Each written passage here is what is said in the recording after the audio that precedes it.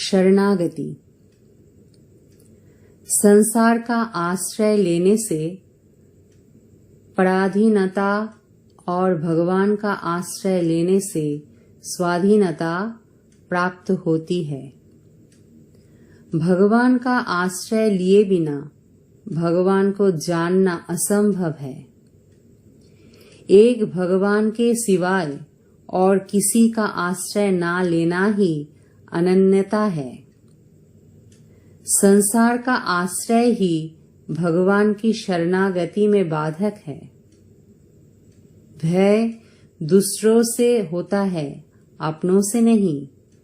भगवान आपने हैं, इसलिए उनके शरण होने पर मनुष्य सदा के लिए निर्भय हो जाते हैं।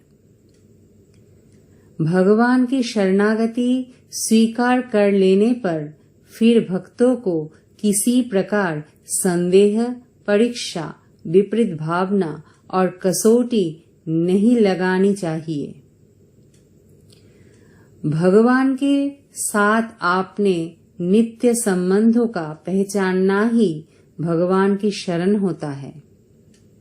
शरण होने पर भक्त निश्चिंत, निर्भय, निशोक और निशंक हो जाता है। भगवान के लिए अपनी मनचाही छोड़ देना ही शरणागति है। शरणागति मन बुद्धि से नहीं होता, प्रत्युत स्वयं से होती है। परमात्मा के आश्रय से बढ़कर दूसरा कोई आश्रय नहीं है। शरणागति और प्रारब्ध, इन दोनों का तात्पर्य चिंता को छोड़ने में है, पुरुषार्थ को छोड़ने में नहीं। जीव मात्र साक्षात परमात्मा का अंश है। अतः जब तक ये जीव अपने अंशी परमात्मा का आश्रय नहीं लेगा, तब तक ये दूसरों का आश्रय लेकर पराधीन होता ही रहेगा और दुख पाता ही रहेगा। जब तक मनुष्य भगवान का सहारा नहीं लेगा, तब तक कोई भी सहारा टिकेगा नहीं और वो दुख पाता ही रहेगा। जिसमें अपने साधन का अभिमान नहीं है और जिसे अपने कल्याण का और कोई उपाय नहीं दिखता, वही भगवान की शरणागति का अधिकारी है। आश्रय उसी का लेना चाहिए जो हमारे से अलग, दूर, विमुख और भिन्न ना हो सके तथा हम उससे अलग, दूर, विमुख और भिन्न ना हो सके। अपने में कुछ भी विशेषता दिखती है तो ये शरणागति में बाधक ही है।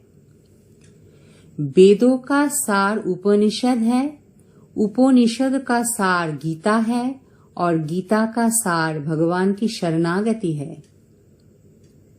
जब तक अपने बल का अभिमान रहता है, तब तक शरणागति नहीं होती। शरणागति बहुत सुगम है, पर अभिमानी व्यक्ति के लिए बहुत कठिन है। मैं कुछ कर सकता हूँ, ये अभिमान जब तक रहेगा, तब तक शरण होना कठिन है। भगवान के शरण होने से जो तत्व मिलता है, वो अपने उद्योग से नहीं मिलता। सब प्रकार से एक भगवान के शरण होने से बढ़कर दूसरा कोई साधन नहीं है।